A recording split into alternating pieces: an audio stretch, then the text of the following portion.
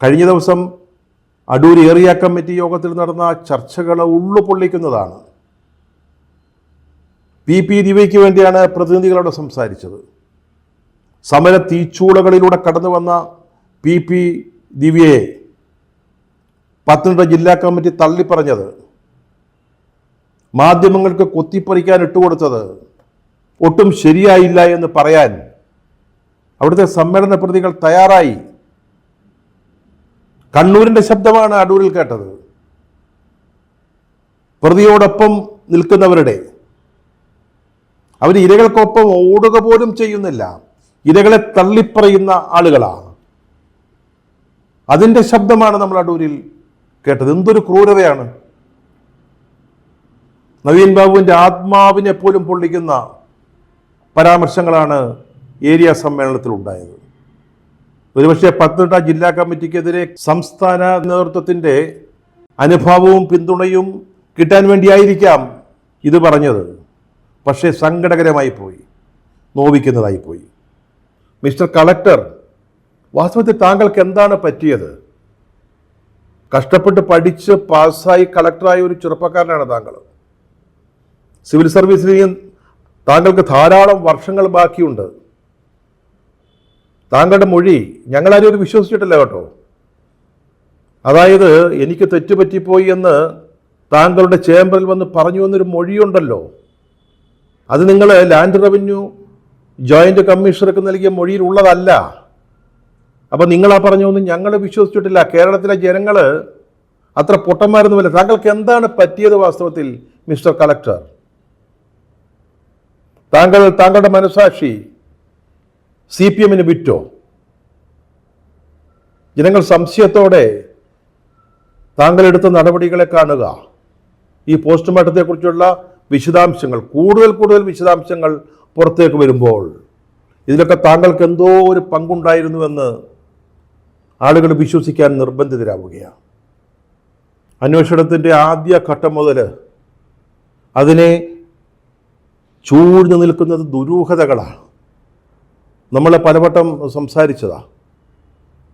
നവീൻ ബാബുവിൻ്റെ സഹോദരൻ അഡ്വക്കേറ്റ് പ്രവീൺ ബാബു വിവരം പറഞ്ഞ് പത്തനംതിട്ടയിൽ നിന്ന് കണ്ണൂരിലേക്ക് പോകുമ്പോൾ വളരെ വ്യക്തമായി പറഞ്ഞതാണ്, ഞങ്ങൾ വരികയാണ്, ഞങ്ങൾ വന്നിട്ട് മതി അനന്തര നടപടികൾ. അതുപോലെ പ്രധാനമായിട്ട് പറഞ്ഞത് പരിയാരം മെഡിക്കൽ കോളേജിൽ യാതൊരു കാരണവശാലും പോസ്റ്റ്മോർട്ടം നടത്തരുതെന്നാണ്. പരിയാരത്ത് നടത്തുന്ന ഒരു പോസ്റ്റ്മോർട്ടത്തിൻ്റെ കാര്യത്തിൽ അവർക്ക് വിശ്വാസമുണ്ടായിരുന്നില്ല. അതുപോലെ മറ്റൊരു ബന്ധു അനിൽ P. നായർ, അദ്ദേഹം കളക്ടറെ വിളിച്ചു പറഞ്ഞു, നവീൻ ബാബുവിൻ്റെ ബന്ധുക്കൾ എത്തിക്കൊണ്ടിരിക്കുകയാണ്, ദയവ് ചെയ്ത് പരിയാരം മെഡിക്കൽ കോളേജിൽ എന്തും സംഭവിക്കാം, അവിടെ ഒരു പോസ്റ്റ്മോർട്ടം നടത്തിയാൽ പാർട്ടി പറയുന്നത് പോലെ ആയിരിക്കും പോസ്റ്റ്മോർട്ടം റിപ്പോർട്ട് വരിക എന്ന് നവീൻ ബാബുവിൻ്റെ ബന്ധുക്കൾക്ക് അറിയാമായിരുന്നു. അതുകൊണ്ടാണ് പറഞ്ഞത് അവിടെ ചെയ്യരുത്, കോഴിക്കോട് മെഡിക്കൽ കോളേജിൽ വേണം പോസ്റ്റ്മോർട്ടം നടത്തേണ്ടതെന്ന്. അപ്പോൾ നമ്മുടെ കളക്ടർ അരുൺ വിജയൻ എന്താ പറഞ്ഞത്? പരിഹാരത്ത് കാര്യങ്ങളെല്ലാം വളരെ നീതിപൂർവ്വം നടക്കുമെന്ന കാര്യത്തിൽ ഞാൻ ഉറപ്പു തരുന്നുവെന്നാണ് കളക്ടർ പറഞ്ഞത്. എന്തിൻ്റെ അടിസ്ഥാനത്തിലാണ് അദ്ദേഹം അങ്ങനെ പറഞ്ഞത്? പരിഹാരത്ത് തന്നെ ഈ പോസ്റ്റ്മോർട്ടം നടത്തണമെന്ന് എന്തായിരുന്നു കളക്ടർക്ക് ഇത്ര നിർബന്ധ ബുദ്ധി?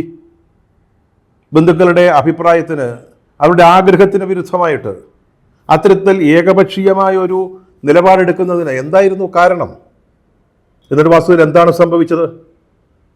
ഇൻക്വസ്റ്റ് റിപ്പോർട്ടിൽ, അതിന് പ്രാഥമിക അന്വേഷണമാണ്, ആ റിപ്പോർട്ടിൽ പറയുന്ന രക്തക്കറ പോലും പരിയാരം മെഡിക്കൽ കോളേജിലേക്ക് എത്തിയപ്പോൾ പോസ്റ്റ്മോർട്ടം നടത്തിയ പോലീസ് സർജൻ കണ്ടില്ല, അല്ലെങ്കിൽ അദ്ദേഹത്തിൻ്റെ ശ്രദ്ധയിൽപ്പെട്ടില്ല. ആ രക്തക്കറ എങ്ങനെ ഉണ്ടായി, ഏത് മുറിവിൽ നിന്നുണ്ടായി എന്ന് കണ്ടെത്തിയില്ല. ഇൻക്വസ്റ്റ് റിപ്പോർട്ട് വായിക്കാതെയാണ് പോസ്റ്റ്മോർട്ടം നടത്തിയതെന്ന് കരുതേണ്ടി വരുന്നു.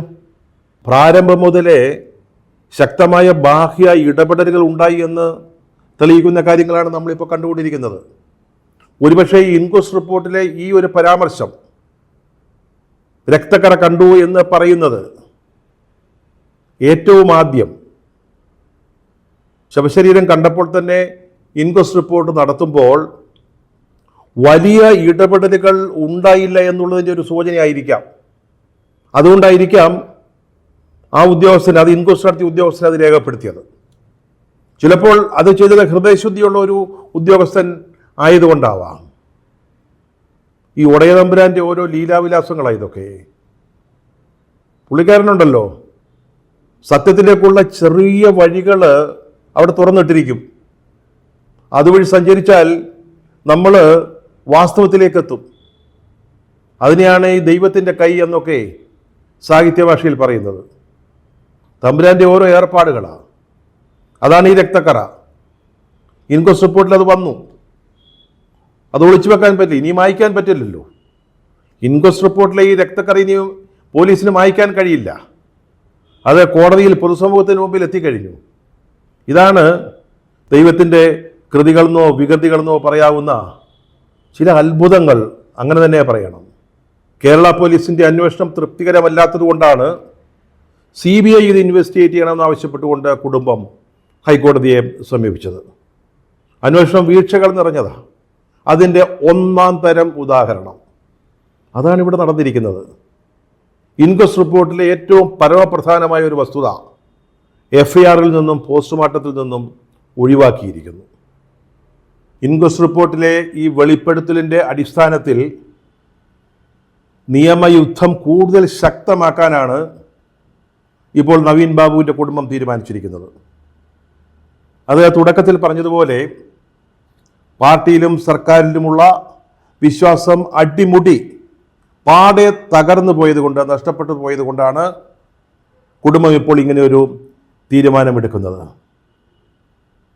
രക്തക്കറ ശരീരത്തിൽ ഉണ്ടായിരുന്നു അല്ലെങ്കിൽ അടിവസ്ത്രത്തിൽ ഉണ്ടായിരുന്നു എന്ന വസ്തുത തങ്ങളെ അറിയിച്ചില്ല എന്ന കാര്യം നവീൻ ബാബുവിൻ്റെ കുടുംബം ഹൈക്കോടതിയെ അറിയിക്കും.